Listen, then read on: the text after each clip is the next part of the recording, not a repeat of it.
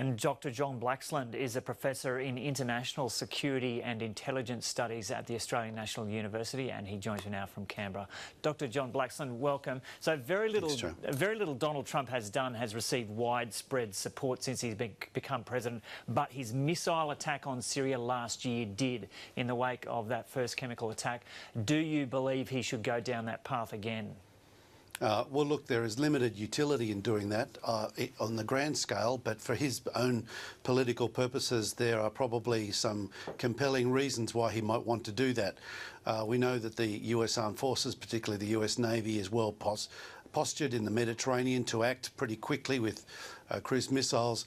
But he's got a lot of issues at stake here. He's got Mueller prosecuting and coming in very, very close to his inner circle back in Washington with accusations of collusion with the Russians. He's keen to dispel those and push that back. He's got issues in terms of the threats he's been making to Iran about the pushback on the Joint Comprehensive Plan of Action for holding Iran's nuclear weapons and nuclear energy capabilities in check. And we know that Iran has a prominent role to play in the Syrian equation.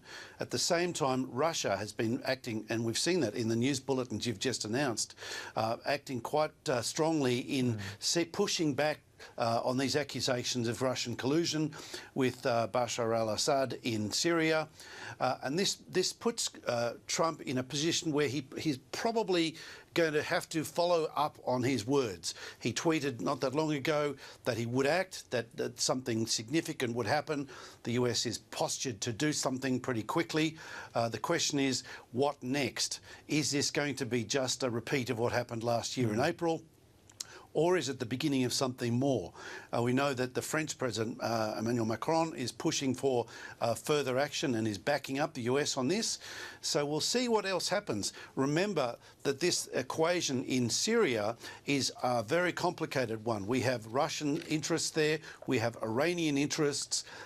In addition, Russia and Iran have been agreeing with Turkey about coming up with a modus vivendi, an arrangement, if you like, for the management of the borderline territories in Syria that gives them enduring influence in that space and keeps the United States in check, if not completely out.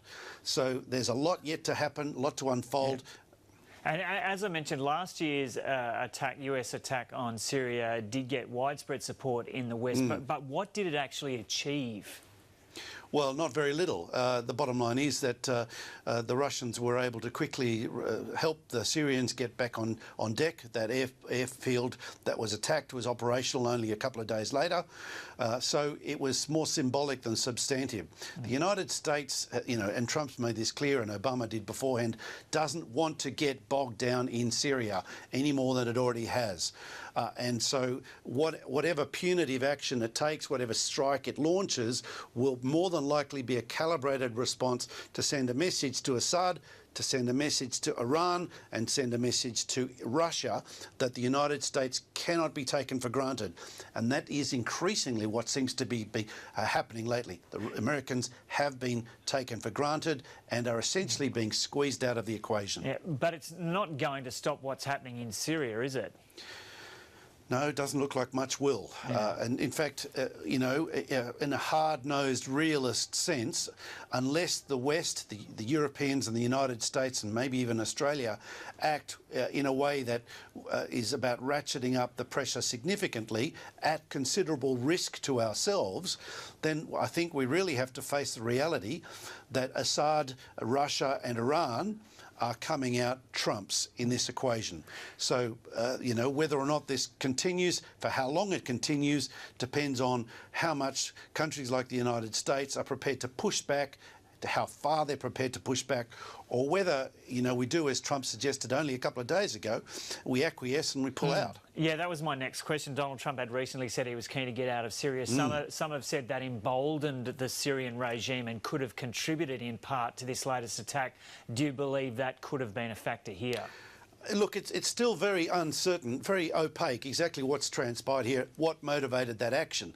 But the messaging certainly seems to have been clear.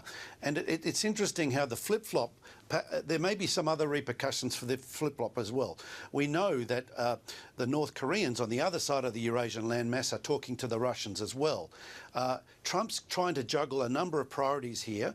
This is really pushing the envelope in terms of his expertise, his ability to master the challenges, the geostrategic international challenges he faces. He's got a new team.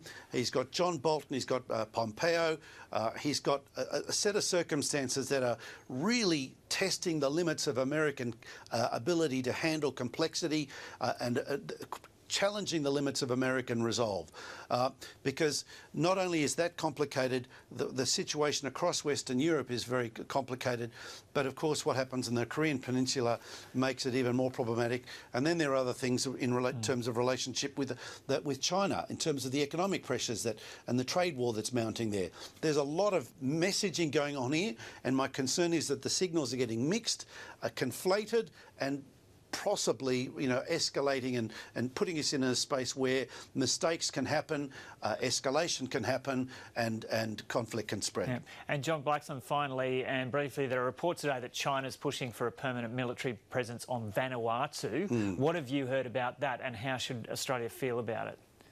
Look, there's still a lot of corroboration of that story yet to be made, but it is a very interesting pointer, if it's correct, to the way trade and investment is the lead point, if you like, of Chinese influence expanding. We've seen this with the Chinese influence in the Indian Ocean, in Djibouti. We've seen it across the Indian Ocean. We've seen it in the South China Sea. We're seeing China's economic interests driving a concern about security matters, much like it was the case with the British Empire a bit over 200 years ago, where trade, the Industrial Revolution drove trade, that then led to security concerns, the establishment of colonies, military forces, and the expansion of an empire. It happened incrementally without necessarily a plan. My sense is that that is exactly what's happening with China. Essentially, China's pursuing its economic interests, including access to the exclusive economic zones and the fisheries of the South Pacific, of which Vanuatu has a considerable quantity. So there's clearly an incentive for China to act in a way that is going to open up access to markets for trade, for access to fishery stocks, and also geostrategically to influence the equation in the South Pacific. This is terrain, this is not far away from where in the Second World War, American forces, along with Australians and New Zealanders and others, fought back the Japanese at Guadalcanal. Guadalcanal is actually quite close to what was then New Hebrides or Vanuatu.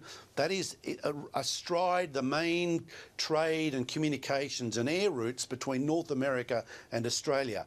So there is a geostrategic element here that, if corroborated, points to arguably a bit of a inflection point in terms of Australia's position, in terms of China's influence in the Pacific. And this comes at a time when Australia's been talking about cutting back its aid budget and its engagement in the Pacific. This is clearly something that needs to be thought through a little bit more carefully. Okay, John Blaxland, always great to get your perspective. Thanks for coming and having a chat to us. Thank you for having me on the program, Joe.